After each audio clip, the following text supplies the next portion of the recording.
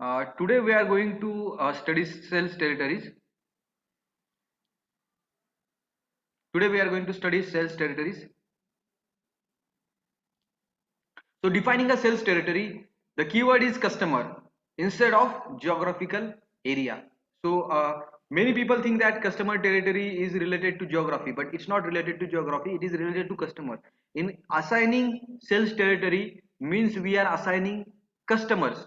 It's not we are assigning geographical area. But nowadays, many companies or many small scale companies or the companies who do not have proper management skills, they allocate geographical area to people, or they allocate people to that particular geographical area, but actual practice is allocating customers to that particular salesperson. But the ultimately the customers are living in that particular area. So again, this it is the same thing, that we are allocating geography. Defining sales territory. A sales territory consists of existing and potential customer assigned to salesperson. Sales territory consists of existing and potential customer assigned to salesperson. So just we said that it is not the geography, it is the customers that we are going to assign or allocate to the salespeople. But which customers? Existing customer and new customers.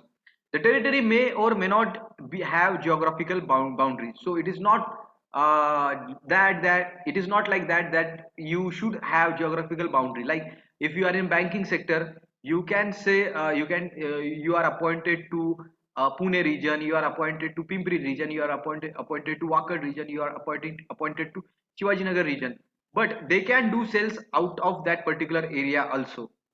So a geographical area in some cases are not defined. Generally, salesperson is assigned to geographical area consisting of present and potential customers. So normally what companies are doing, they are allocating geographical area to particular person, and in that geographical area uh, there are the number of customers present and existing customers are there. Specific existing and new customers are there as per their estimation. For instance, a salesperson is asked to look after the customers located in Mumbai region. So it is the customers.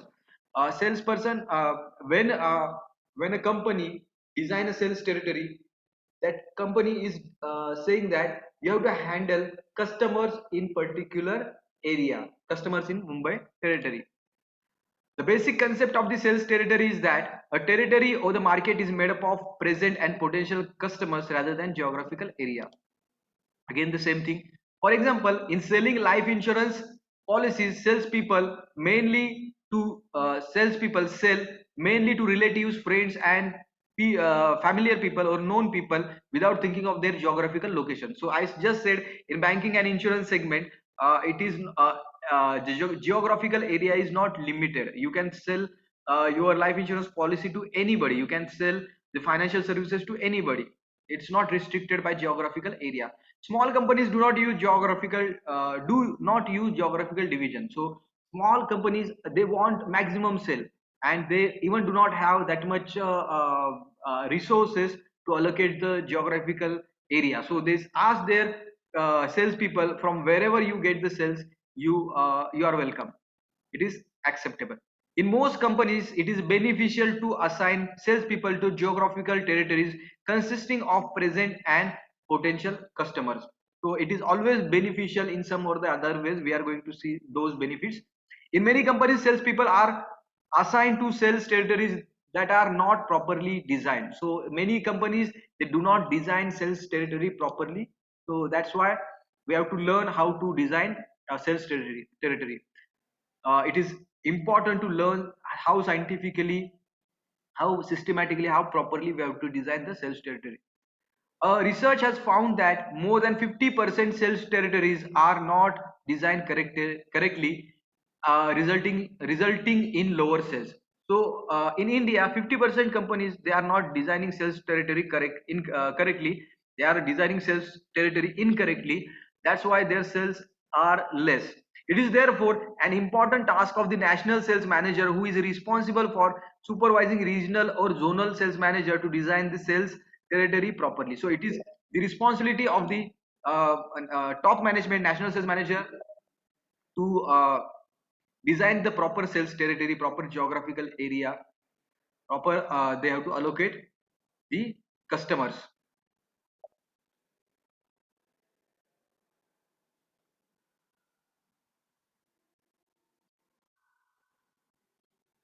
Another research has shown that firm with correctly designed sales territory have sales, higher sales volume, more productive salespeople, and better market share. So you have a lot of benefits.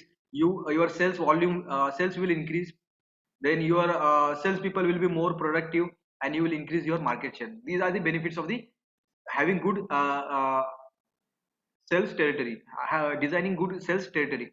Reasons for benefits, reasons or benefits for setting up sales territories: increase market coverage. So if you design a good sales territory, it is very easy to cover that particular market. It is very easy to cover that these many maximum customers.